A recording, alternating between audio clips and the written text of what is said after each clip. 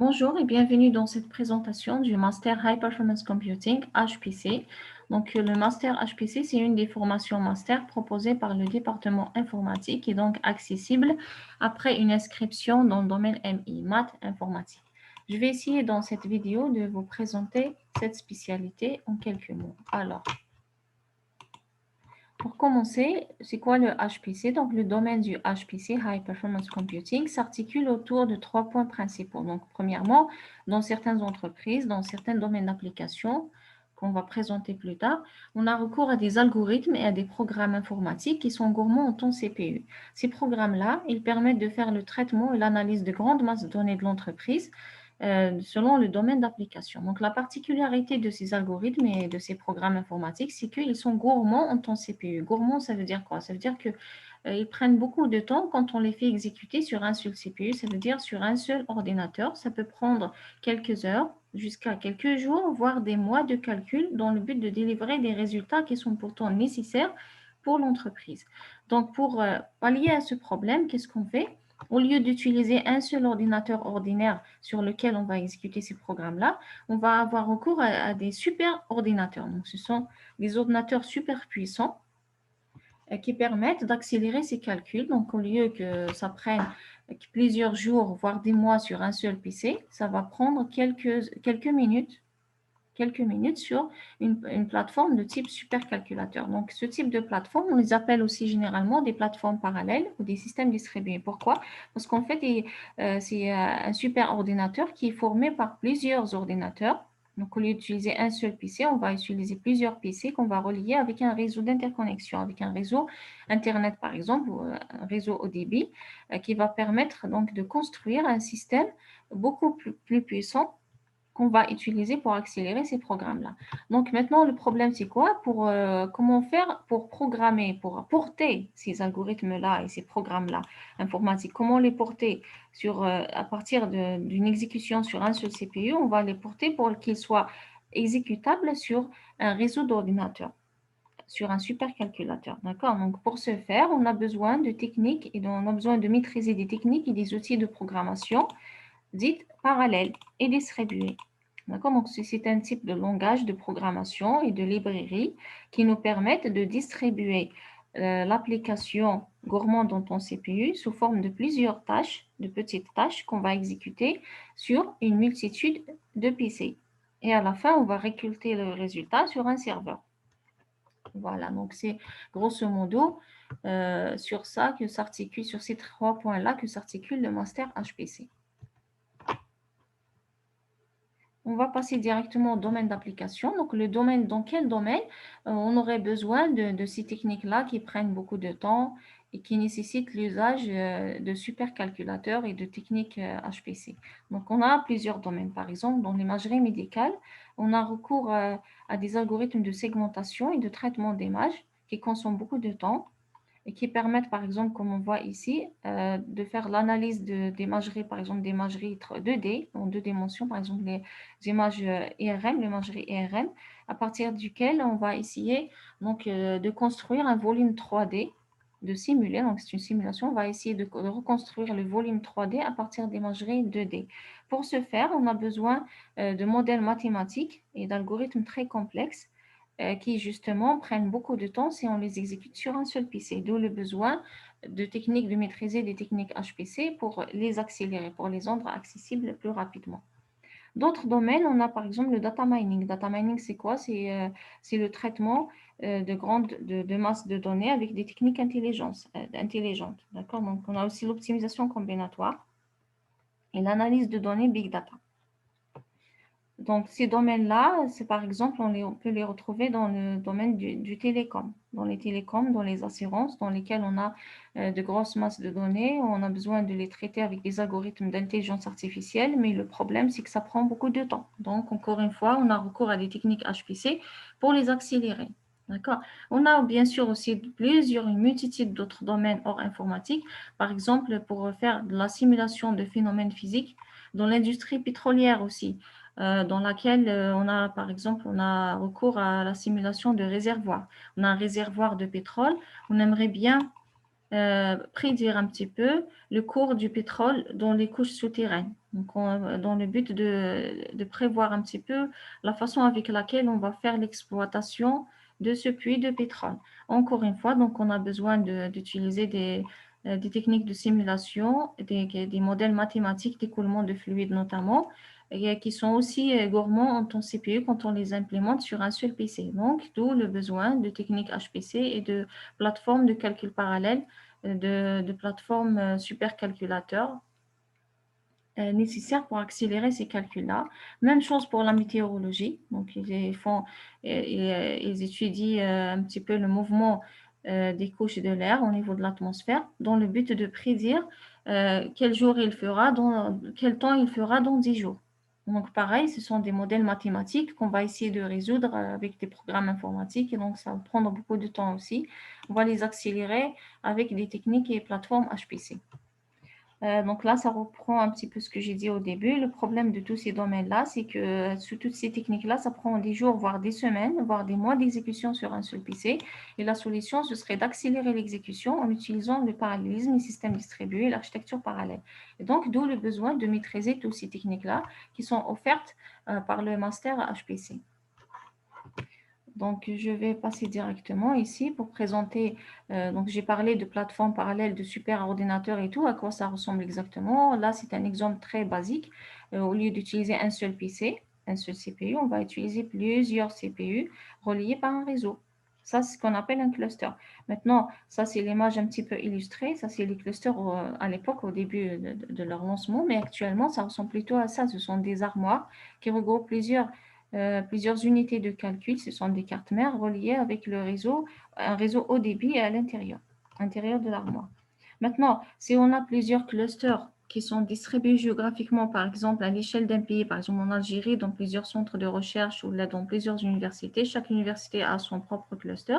On aimerait bien former un système encore plus puissant en regroupant tous ces clusters-là. On va les chapeauter par un seul nœud. Qu'est-ce que ça va former? Ça va former ce qu'on appelle une grille de calcul. Voilà, donc une grille de calcul, c'est tout simplement le regroupement de plusieurs clusters, soit sur l'échelle d'un pays ou là même des fois sur l'échelle d'un continent. D'accord? Ça, c'est ce qu'on appelle des supercalculateurs. C'est un petit peu comme ça, c'est plusieurs nœuds de calcul qui sont reliés par un réseau. Donc, la différence, c'est juste au niveau de l'architecture interne. Là, c'est ce qu'on appelle l'architecture à mémoire distribuée et ici, c'est l'architecture à mémoire partagée. Donc, la différence, c'est quoi en termes de programmation? Ce n'est pas les mêmes librairies qu'on va utiliser pour programmer sur ça et pour programmer sur ça, c'est tout. Voilà, donc le dernier ici, c'est une carte graphique. C'est une carte graphique moderne, c'est-à-dire qui intègre un CPU, qui intègre aussi un processeur graphique. Donc ça, c'est les amateurs de jeux vidéo et ils savent un petit peu de quoi ça parle. Notamment, il y a la marque très connue qui est le NVIDIA.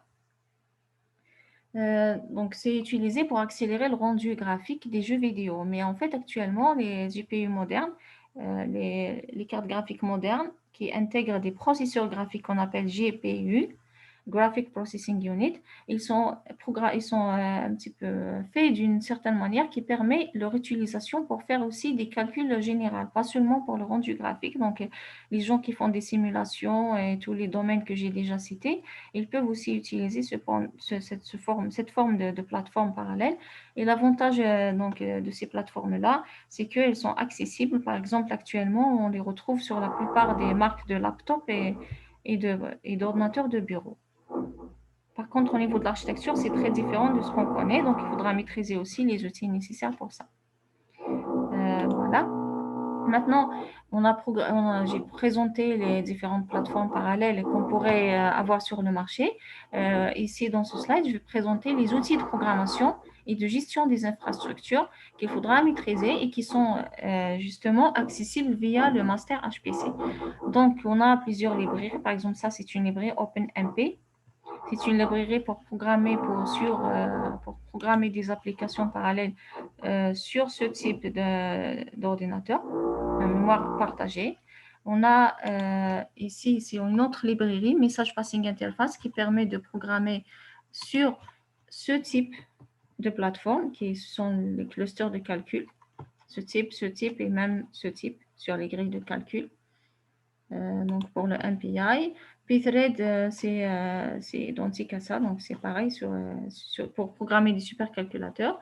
Hadoop MapReduce, ça c'est une nouvelle technologie qui permet de faire ce qu'on appelle des traitements big data. Donc, on a de grosses masses de données. On va essayer d'accélérer leur calcul via la distribution sous forme de tâches.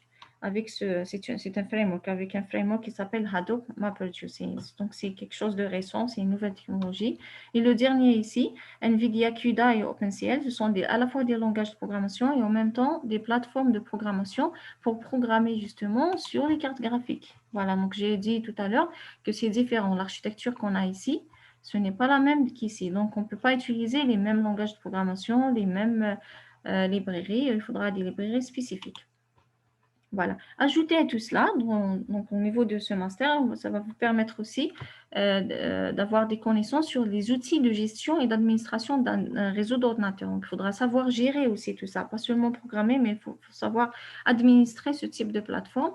Donc, comment administrer un cluster, quelles sont donc les techniques d'administration sur les grilles, sur les clusters, par exemple en termes de système d'exploitation, en termes d'intergiciel ou middleware qu'il faudra utiliser. Voilà.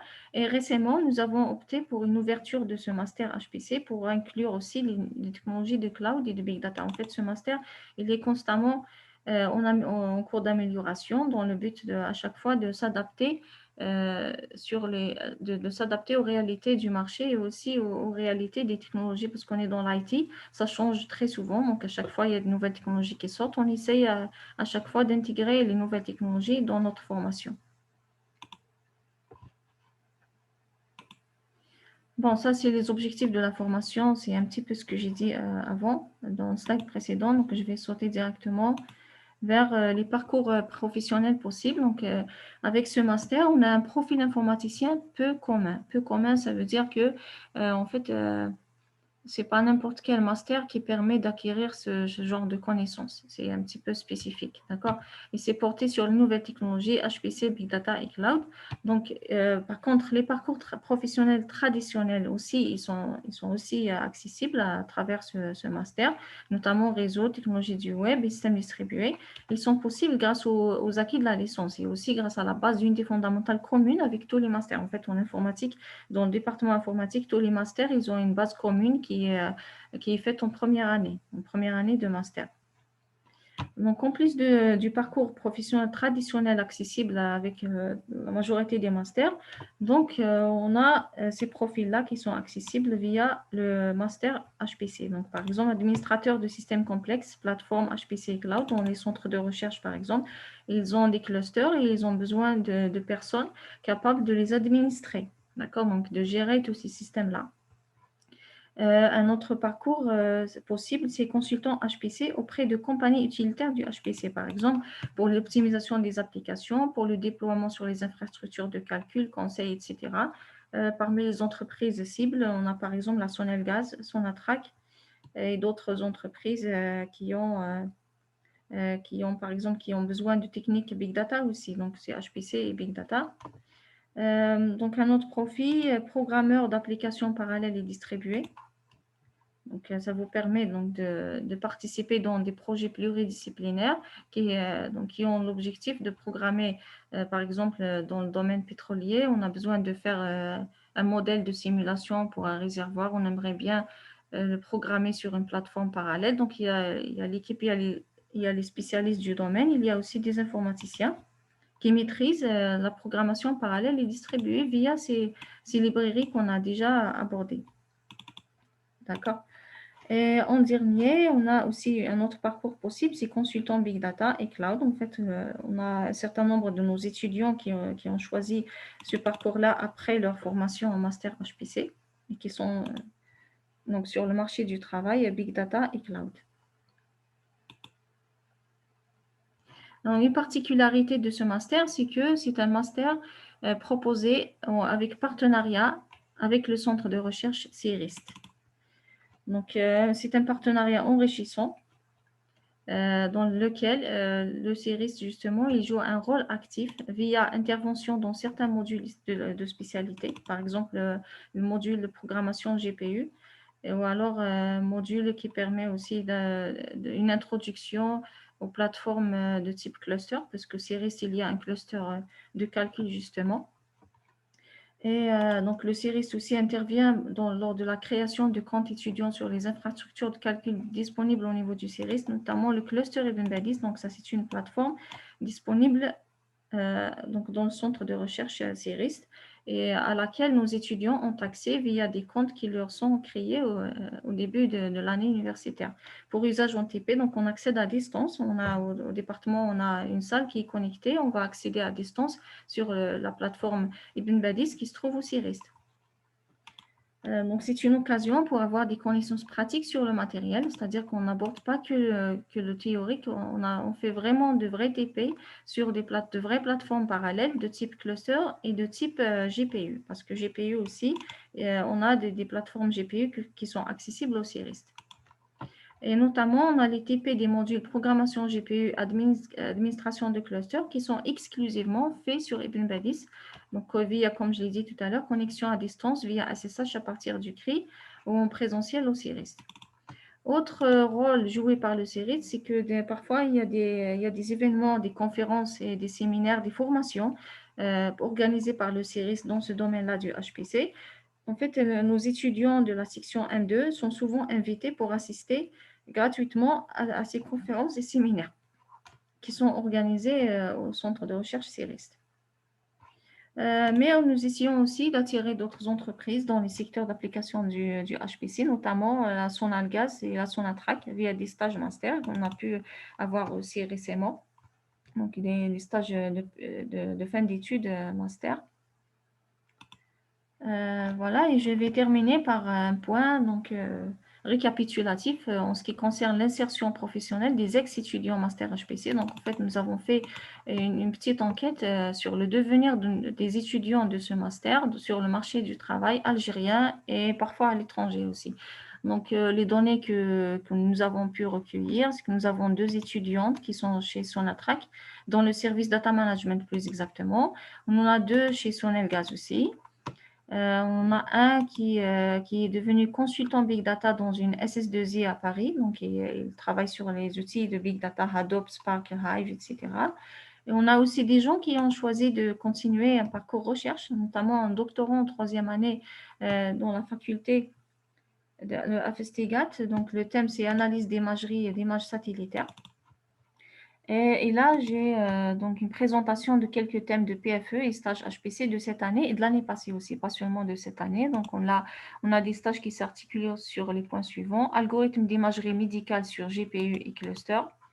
On a donc un binôme qui fait son stage chez CIRIST et l'objectif, c'est de faire du graph matching pour Big Graphs sur GPU, toujours sur programme, sur Graphics Processing Unit, sur les processeurs graphiques.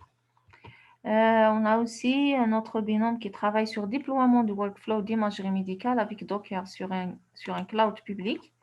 Finalement, on a aussi des stages chez Sonatrach qui s'articulent autour de l'accélération des simulations de réservoirs.